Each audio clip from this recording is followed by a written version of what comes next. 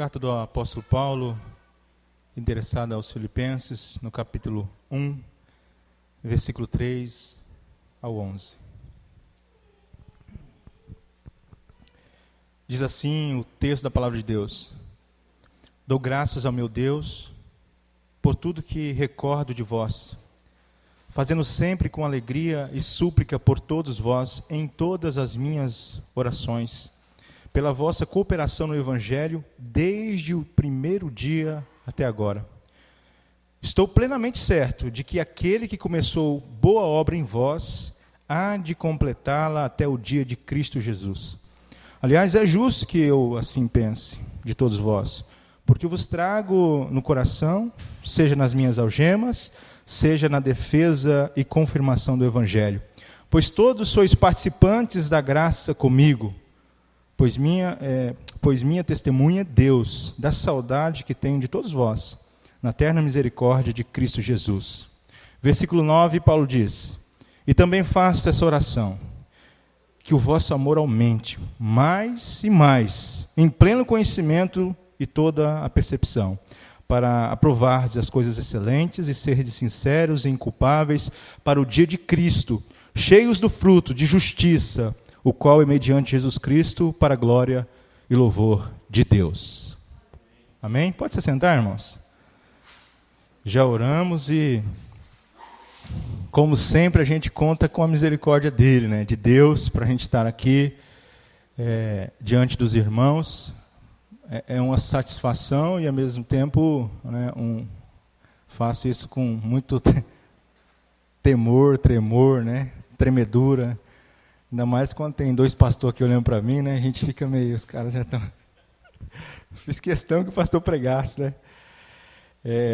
Mas muito bem, eu gostaria de repartir com os irmãos esse texto. Não vou ser exaustivo igual o pastor Cleilson, no sentido não que ele é demorado, é que ele vai de forma exegética, né? Vírgula por vírgula, e demora aí um inverno mais ou menos para pregar cada perícope, né? A gente está diante de um texto que a gente já conhece, creio que a maioria dos irmãos já leu alguma vez na vida a carta de Filipenses, né? Uma carta que eu particularmente gosto também de ler, gosto mais de Colossenses, mas Filipenses também gosto muito dessa carta, porque é uma carta de alegria, né? De gratidão, de regozijo, de um homem extraordinário, que o irmão Marcelo já citou aqui, apóstolo Paulo. E quando a gente olha as circunstâncias que essa carta foi escrita, é que a gente admira mais ainda esse homem, né? A gente admira Deus, né, que trabalha na vida desse homem, mas esse homem que se deixa trabalhar por Deus. Mesmo em prisão, né, ele está ali sendo uma fonte de alegria para as pessoas a quem ele está escrevendo. E isso para nós já é um grande ensinamento, né? Esses irmãos aqui, eles, assim como qualquer igreja, tinham suas dificuldades, e diante dessas dificuldades eles recorrem ao apóstolo Paulo, e Paulo prontamente ali, né, ele escreve aos irmãos, tentando ajustar a igreja, tentando pastorear a igreja mesmo distante, né, conduzindo a igreja de uma forma bíblica, né, ou cristocêntrica, né, podemos dizer assim, para que a igreja pudesse continuar progredindo no Evangelho, caminhando de forma coerente com aquilo que ele havia ensinado, né. Essa igreja, ela começa, os irmãos lembram, né, da história do encontro do apóstolo Paulo ali com Lídia, né, quando ele procurava num dia de sábado numa sinagoga e achou algumas as pessoas, as irmãs ali, né, perto de um rio, acho, lavando roupa ali, sei lá. E de repente Paulo pregando o Evangelho, né, porque ele era assim, o cara sempre estava pregando o Evangelho, né. É engraçado isso, porque esse homem ele vive o Evangelho. Um parênteses aqui, depois você corta isso. A gente tem um destaque aqui em Rondônia, de um rapaz que vende consórcio ali em Cacoal, ele é conhecido como Balinha, né, o apelido dele. Os caras vendem absurdamente consórcio, 2 milhões por mês. Dia 15 ele tinha vendido 1 milhão de consórcio. Então, assim, é um cara referência no Brasil, na Gazinho, né?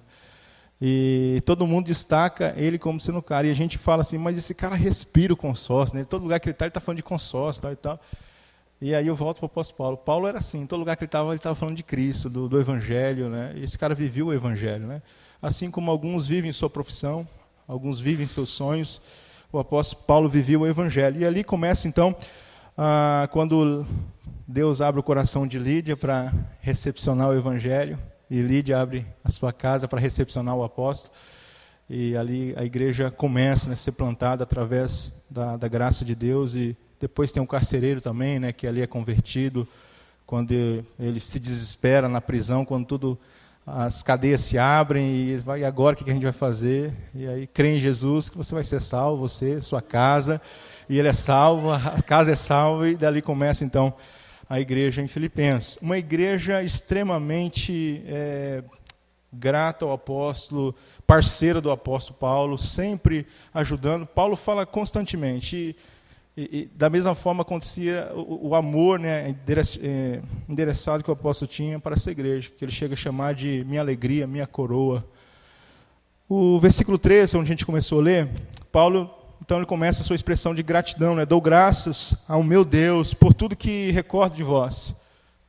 Paulo, ele tem lembranças boas dessa igreja, e toda a lembrança que ele tem é boa da igreja. Paulo recorda da igreja e ele tem motivos de sobra para agradecer a Deus. Ele faz questão de lembrar de momentos maravilhosos que ele esteve quando ele esteve com esses irmãos. Talvez foram poucos momentos, mas o suficiente para esse apóstolo, então, ser grato a Deus. Não sei se é o mesmo que acontece com a gente, no decorrer da nossa vida, talvez em assuntos não que tem a ver com o evangelho, né, com a igreja, com a obra missionária, com o envolvimento eclesiástico, mas quando a gente traz lembrança na nossa vida, talvez traz tristeza para nós, né? A gente às vezes, aquele dia de chuva, frio, né, você coloca aquela música lenta, e depois que você começa a sentir saudade da pessoa, de repente da mãe que já se foi, né, de um amigo que não está mais perto, de repente a gente começa a lembrar de situações que a gente viveu, experimentamos, e aquilo traz certa tristeza, né? Há momentos que nos traz muita alegria, mas há momentos também lembranças que nos trazem tristezas, né? O apóstolo Paulo não, ele consegue lembrar dessa igreja e com alegria, né? E ele faz isso dando graças a Deus, fazendo sempre com alegria, súplicas por todos vós. Paulo, além de recordar dos irmãos, ele não apenas fica na lembrança, mas ele tem uma ação de suplicar pela essa igreja, de orar, de interceder. As lembranças do apóstolo Paulo fazem ele orar e não se lamentar da vida, de ficar, de repente, murmurando, ou de repente reclamando, resmungando, ou talvez fazendo aquelas contas que a gente costuma fazer, né? Se eu tivesse feito isso, se eu tivesse feito aquilo. Paulo não, ele disse, olha, eu fui enquanto estive lá, fiz o que tinha que ter feito, né? Eu sempre gosto de usar essa questão, no sentido, esse recorte que eu vou fazer aqui agora, né? Quando a gente se propõe a fazer alguma coisa na vida, qualquer coisa, a gente tenta fazer aquilo da melhor maneira. Porque pode ser que um dia a gente não vai conseguir mais fazer aquilo. A irmã Sandra colocou aqui o fato de vir à igreja, de congregar, né? O dia que você não puder mais fazer isso, seja brincar com seu filho, seja brincar com seu cachorro, talvez quem gosta de cachorro, um dia seu cachorro vai morrer, um dia seu filho vai estar distante, um dia a igreja talvez vai estar, algum obstáculo para você ir, você vai estar distante da igreja, e você vai se arrepender e vai ficar se lamentando e fazendo as contas, eu poderia ter feito aquilo. É a pessoa que quando, de repente, termina tragicamente um casamento, ela fica pensando, eu poderia ter feito isso, aquilo. Paulo não, ele não está se lamentando, não está fazendo conta, ele está orando. Ele está agradecendo a Deus. Ele está recordando o que ele fez, porque ele viveu intensamente. E isso deveria ser uma lição para nós. O que a gente tem hoje, o tempo em nossas mãos, que Deus tem nos dado, a condição e o recurso, fazer, né, com a melhor forma que a gente puder fazer. Isso até é bíblico, né? Provérbios, né? Eclesiastes, né? O que tem as tuas mãos para fazer, né? Fazei com toda a tua força, né? Para que quando você vai lá para a sepultura, não tem como fazer mais nada, né? Depois que, enfim. É só um parênteses em relação a isso, porque Paulo ele faz questão de agora dizer o que ele está vivenciando na sua vida. É uma vida de oração, quando a lembrança vem a respeito dessa igreja, e uma oração com alegria, súplica, e o interessante é que Paulo tem motivos, porque essa é uma igreja que tinha uma qualidade excepcional, que era uma igreja que cooperava. Até agora eu falei do apóstolo aqui, do Paulo, né? Do apóstolo Paulo, desse homem extraordinário que você conhece. Mas e a igreja que esse apóstolo deixou ali, que ele plantou e que agora ele está se direcionando a ela, dirigindo a ela, é uma igreja extremamente maravilhosa, que entende a sua vocação e que vive a sua vocação. Eu não sou estudioso do grego igual o pastor, das línguas estranhas, mas quando o versículo 5 diz, pela vossa cooperação, né, no Evangelho, lá eu sei que está escrito koinonia, né? Koinonia em cooperação, comunhão, né? De onde vem a palavra comunhão. E a gente sempre acha que comunhão é isso, é só dar um abracinho no irmão na hora do louvor, eu estou aqui para quando você precisar, meu irmão. E quando o irmão precisa, a gente vê a mensagem do pastor lá, mas quando que não vê, pô, pastor, já conseguiu, eu ia ajudar, pastor, 3 dias depois. Comunhão não é só isso, não é só o sorrisinho amigo, o tamo junto, né? O emoji, olha, precisar de mim. Canção que a gente acabou de cantar, né? Eu não quero dar uma de pentecostal, mas dizendo que Deus está confirmando a pregação, mas a última canção que a gente cantou, enquanto a gente cantava, eu pensava, não queria falar, porque trata disso. Sempre que você precisar, meu irmão, eu vou estar aqui.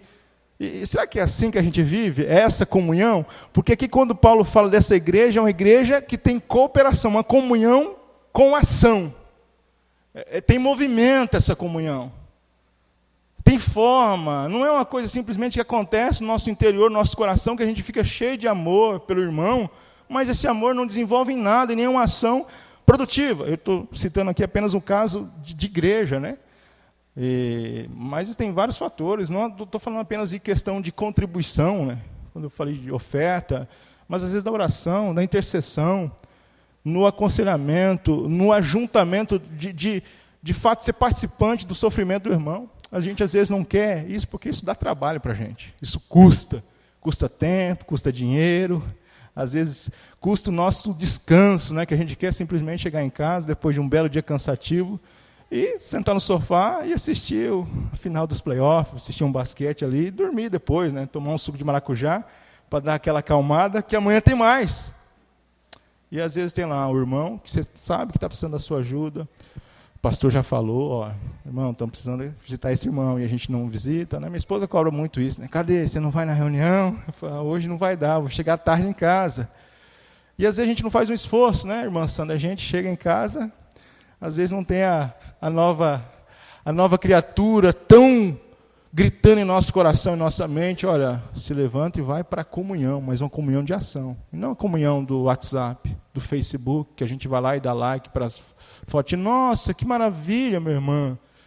Só que na realidade isso às vezes está distante. Às vezes fica só na canção projetada no data show. Paulo está dizendo, não, vocês têm uma cooperação no Evangelho desde o primeiro dia até agora. E agora, isso aqui é fascinante, porque a vida cristã não é um recorte, não é uma foto bonita que a gente posta no Instagram. Nossa, como estou crente hoje, pá. A vida cristã é progressiva, ela é contínua, e é desde o primeiro dia que a gente ingressou nessa caminhada. Quem dera se fosse apenas uma jornada, né? Uma semana, um intensivão de vida cristã. Olha, tiramos 10, beleza, fomos todos os dias na oração, todos os cultos, demos dízimos e ofertas, contribuições, fizemos visita, acabou, fomos condecorados agora como excelente cristão. Não, a vida cristã é para sempre. É desde o dia que Cristo nos resgatou da nossa vã maneira de viver, que o irmão Marcelo falou aqui, né, daquele jeito que a gente achava que era vida, aquilo que a gente achava que era vida, nos trouxe para isso, para a vida. E agora a vida continua. Não é? O interessante é porque a gente tinha toda essa disposição na velha vida para lá, para fora, como os ímpios, os mortos, vivem lá fora. Eles se reúnem, eles festejam, eles celebram, eles dançam em cima dos seus caixões, eles estão mortos, estão indo para o inferno, estão celebrando. E aí, o dia que Jesus resgata a gente de lá, a gente parece que se enclausura numa igreja e simplesmente vive uma vida pequena, no sentido de que ela pode ser muito mais ampla, experimentarmos muito mais coisas. O Evangelho sempre fala disso, de uma vida que pode ser expandida, de ser aproveitada um pouco mais. Paulo, então, entende e faz questão de mencionar como essa igreja é uma igreja participativa, cooperação, ela tem cooperação, ela tem uma comunhão ativa, não é apenas uma comunhão de camiseta, né? Um slogan, mas é uma realidade que vive, que a igreja desfruta, que a igreja participa, que a igreja experimenta, que a igreja entende que é uma dádiva dada por Deus. Veja bem, a gente, hoje eu estou devendo, né? Eu achei que a esposa tinha trazido, mas a gente vinha trazer uma oferta. Augusto trouxe 25 centavos. A gente vinha trazer uma oferta. Ele falou, cara, isso é um privilégio. Deus nos deu a dádiva de poder ter para contribuir alguma coisa. O dia que o pastor pede alimento para alguém lá, amém, Deus me deu a oportunidade de não ser para mim o alimento, é para alguém, e eu tenho lá no meu armário, que às vezes a formiguinha, o bichinho lá está comendo, lá está estragando. Esses dias estragou lá em casa, né, irmão? Um fubá lá. Vamos comprar fubá também. Estragou o fubá lá. E eu lembro da pregação do pastor Paulo, ele fala, pastor Cleilson, né, que um dia lá no último dia os bichinhos vão se levantar e vão testemunhar contra nós a comida que estragou na nossa geladeira, que a gente não fez questão de dar para quem precisava. Então, quando a gente fala de comunhão, de cooperação, de comunhão ativa, de cooperação, a gente fala de algo que de fato é além de palavras bonitas. A gente pode dar um belo discurso aqui, deixar todo mundo emocionado, mas isso não vai talvez fazer diferença para aquela pessoa que está sofrendo, que precisa de algo realmente que ela pode tocar. O Evangelho, ele traz essa modificação para a nossa vida, porque a gente não vive apenas de filosofia, a gente vive de realidade. O Evangelho altera a nossa realidade aqui. É algo que a gente entende, compreende, e que agora a gente formata, né? A gente dá forma.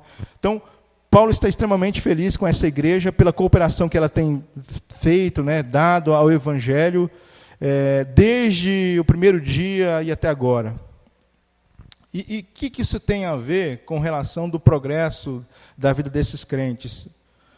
Paulo entende que isso é uma demonstração de que esses irmãos são crentes, que eles foram alcançados, que eles estão salvos. Olha o que ele diz posteriormente, o versículo talvez mais conhecido do capítulo 1, né? Estou plenamente certo de que aquele que começou a boa obra em vós há de completá-la até o dia de Cristo Jesus. Por que ele está plenamente certo disso, convicto disso? Porque ele vê uma igreja que de fato demonstra que foi alcançada por Cristo. Uma igreja que é, de fato, cooperadora do Evangelho, que participa no progresso do Evangelho.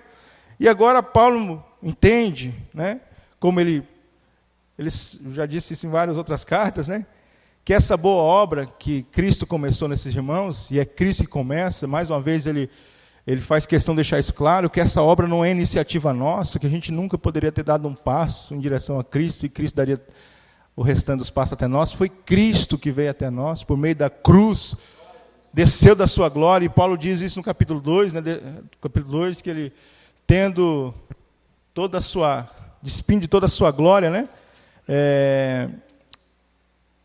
tem de vós o mesmo sentimento que houve em Cristo Jesus, pois ele, subsistindo em forma de Deus, não julgou com usurpação ser igual a Deus, antes a si mesmo esvaziou, assumindo a forma de servo, tornando-se semelhante aos homens, né? Reconhecido em figura humana, e a si mesmo se humilhou, tornando-se obediente até a morte de cruz. Paulo fala a respeito desse que um dia desceu da sua glória e nos conduziu o Evangelho, ou por meio do Evangelho, a salvação.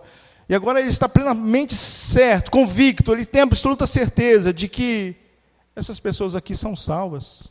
Elas não são apenas participantes de um clube evangélico, elas não participam apenas de um momento com Deus, mas são cristãos verdadeiros, que foram redimidos, que tiveram suas vidas mudadas e agora alcançados por Cristo. Paulo está completamente convicto de que Cristo está trabalhando na vida delas. Agora, isso tem que, de alguma forma, refletir em nós, ou fazer a gente se questionar. Primeiramente, nos perguntando se a gente se assemelha com esses crentes aqui. A gente é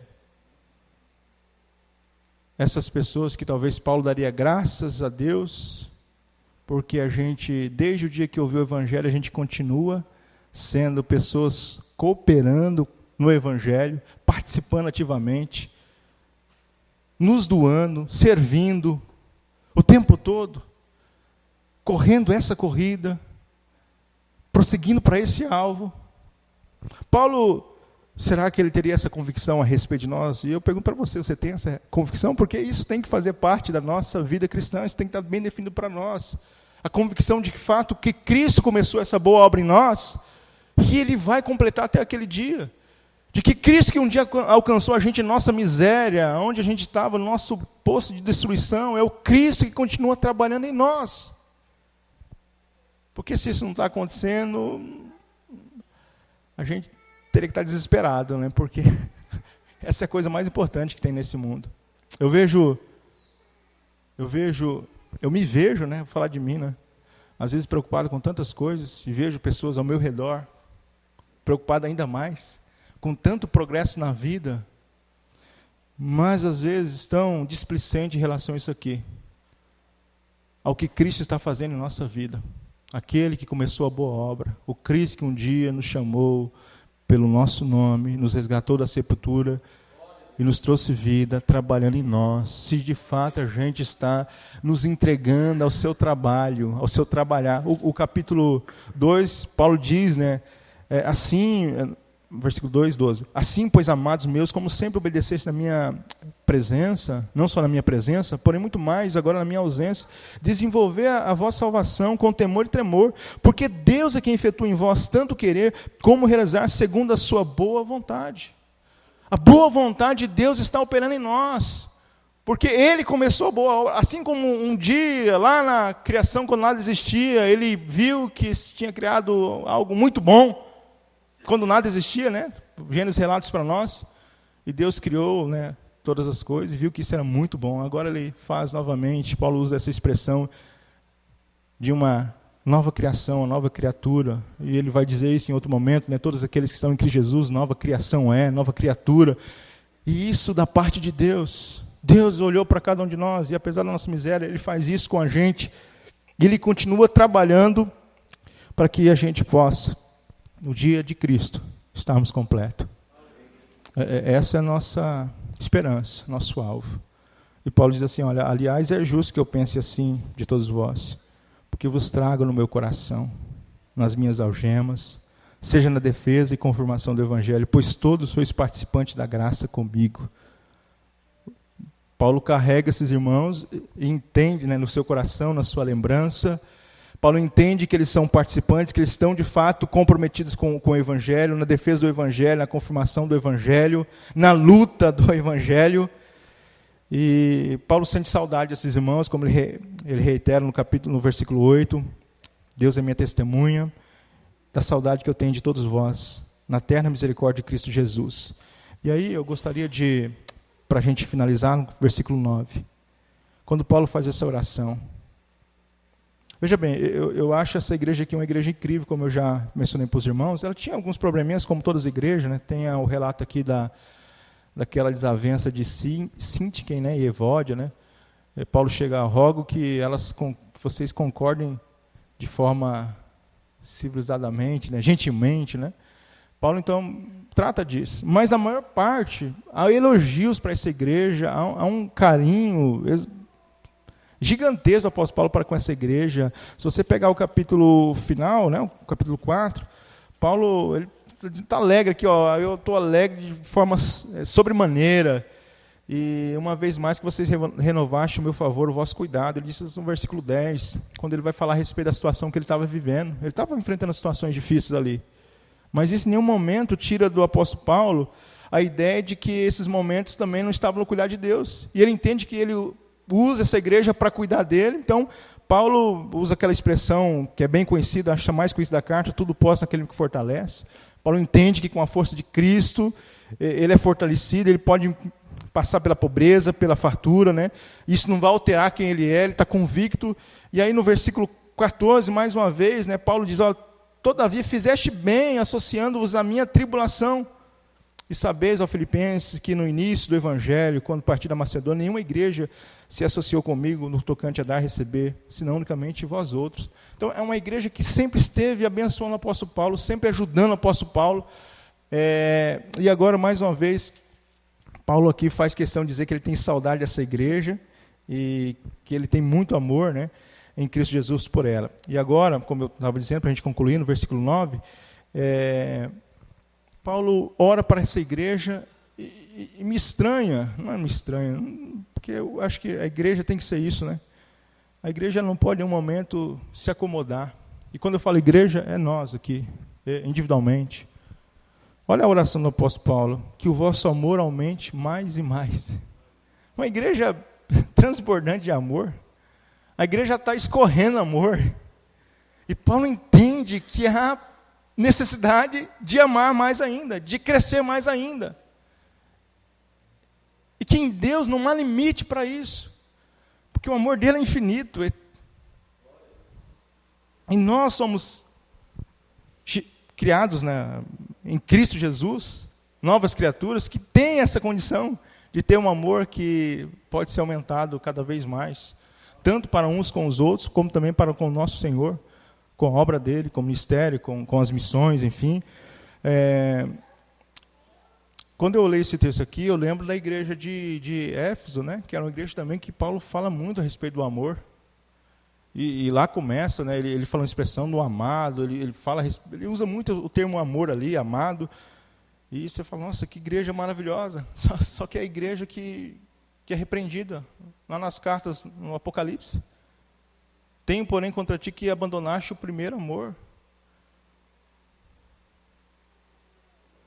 Então, às vezes, a gente está satisfeito com a nossa situação, né? Talvez você olhe para essa pregação aqui, para essa palavra, e fala, não, isso aí não tem a ver comigo, eu estou muito bem, obrigado, eu sou um cara que coopero, que amo, que participo, que estou engajado, que estou vivendo a mil maravilhas, mas há uma possibilidade, se a gente não prestar atenção e tomar cuidado, de às vezes isso acabar a esfriar. Se a gente não despertar para a necessidade, né, como a Sandra colocou muito bem, de olhar e, calma aí, alguma coisa está errada, esse negócio de acostumar com aquilo que não me faz bem, está errado. Então, Paulo tem em si a necessidade aqui de orientar esses irmãos, exortar para que... Orientar não, ele está orando pelos irmãos, né, intercedendo, mas os irmãos ouviriam isso, né, e de alguma forma eles se importariam em tomar, né, cuidado e serem prudentes em relação a isso, para que o seu amor aumente mais e mais, em pleno conhecimento e toda percepção, para provar de coisas excelentes e ser de sinceros e inculpáveis no dia de Cristo Jesus.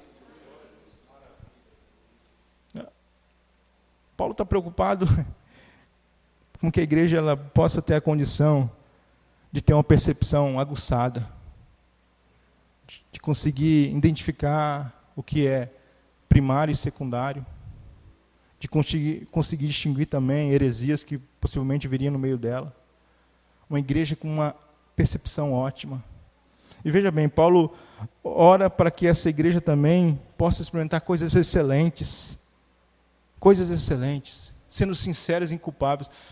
Irmãos, essa igreja, como eu disse, ela tinha algumas dificuldades. Ela enfrentava também, em um certo momento, algumas perseguições. Tanto é que no capítulo 1 ainda, né, Paulo fala a respeito do combate que a igreja tinha que ter, unido, né, com os vossos adversários, né, porque o que é para eles é perdição, para vós é salvação. Então essa igreja ela tinha luta, tinha dificuldade, enfrentava sofrimento. E Paulo não faz igual esses falsos pastores que a gente, não é na TV agora, é no Facebook, no Instagram que a gente vê, né, cada pataquada. Os caras simplesmente transformaram o evangelho numa filosofia humanista, onde que eles estão preocupados em deixar as pessoas sentirem bem, com falas bem arquitetadas, frases bem elaboradas, e aquelas pessoas saem dali sorrindo, achando que aquilo é suficiente para elas enfrentarem a vida, como se o problema delas fosse simplesmente porque elas não conseguiram ter um progresso financeiro, profissional, ou que elas não acharam o amor da vida delas, como se isso fosse o problema, de fato, diante do que é o problema final da nossa vida. É um encontro com Deus.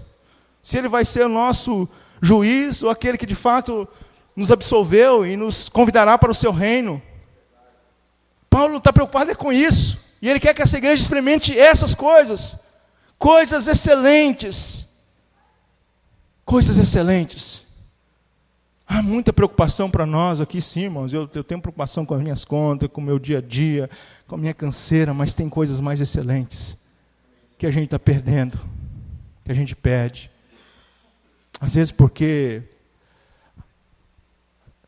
o filho está chorando demais, querendo uma coisa, ou porque a gente está preocupado em dar muita coisa para o filho, ou porque o chefe está exigindo demais da gente, ou porque a gente quer viver uma coisa diferente em relação à nossa vida momentânea e cotidiana, humanista, e às vezes a gente perde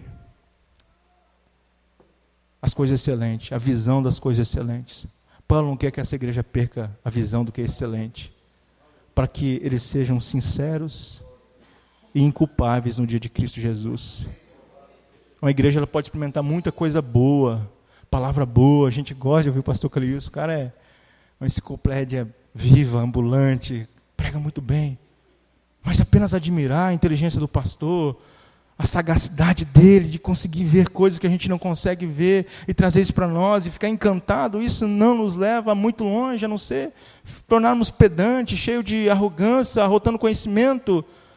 Mas se a gente enxergar no meio das palavras Cristo, a excelência dele, o poder dele, a graça dele, e sermos transformados, isso sim nos levará a um lugar mais seguro. E esse lugar seguro é sermos sinceros, inculpáveis no dia de Cristo Jesus.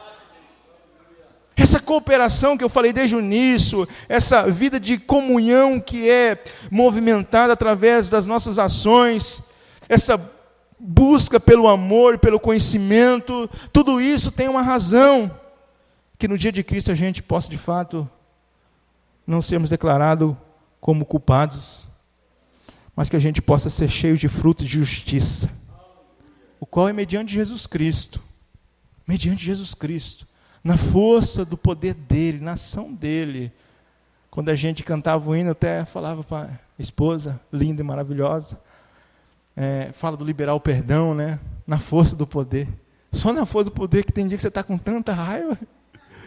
Mas é na força do poder que a gente vence.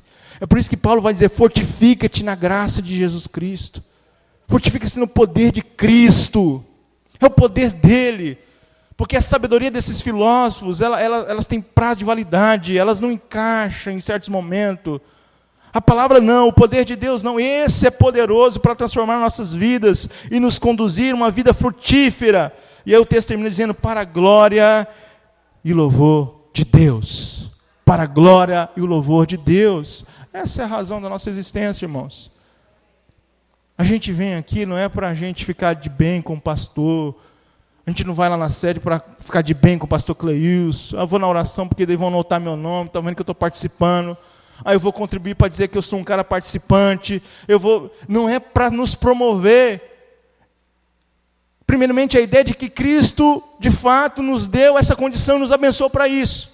Temos essa condição, então é um privilégio para nós. Mas a nossa esperança é muito mais do que simplesmente aqui nessa terra, de termos nossos nomes destacados nos corredores da igreja, como alguém que é participante, alguém que está ali, sempre o irmão destaque. Eu não quero isso, irmãos. E também não é desculpa para não fazer as coisas, não é isso que eu estou dizendo. Estou dizendo que a minha preocupação é que no final de tudo eu possa apresentar frutos de justiça, mediante Cristo Jesus, para o louvor da glória dele. Essa é a razão, essa é a finalidade da nossa vida. Esse é o motivo, é o propósito da nossa existência. Nós vamos orar nesse momento, e que você saia daqui com essa certeza. Primeiramente, que você é um cara e uma cara. Uma pessoa extremamente abençoada. Primeiramente porque Cristo um dia te chamou. Chamou você. Você ouviu a voz dele. Você é um privilegiado, você foi contemplado com a salvação, como diz o meu pastor Cleilson. Foi contemplado. Pode ser que você já comprou 20 Rondocap, Telecena, loteria e nunca ganhou nada, mas um dia você nem jogou e ganhou. Ganhou a salvação eterna em Cristo Jesus. Aí ele te chamou para ser participante nessa obra. Aqui nessa igreja, ou na outra igreja, ou na rua dessa cidade, ou onde você estiver em viagem, no seu serviço, onde você estiver. Você é um cooperador do Evangelho, você é um participante da graça de Deus.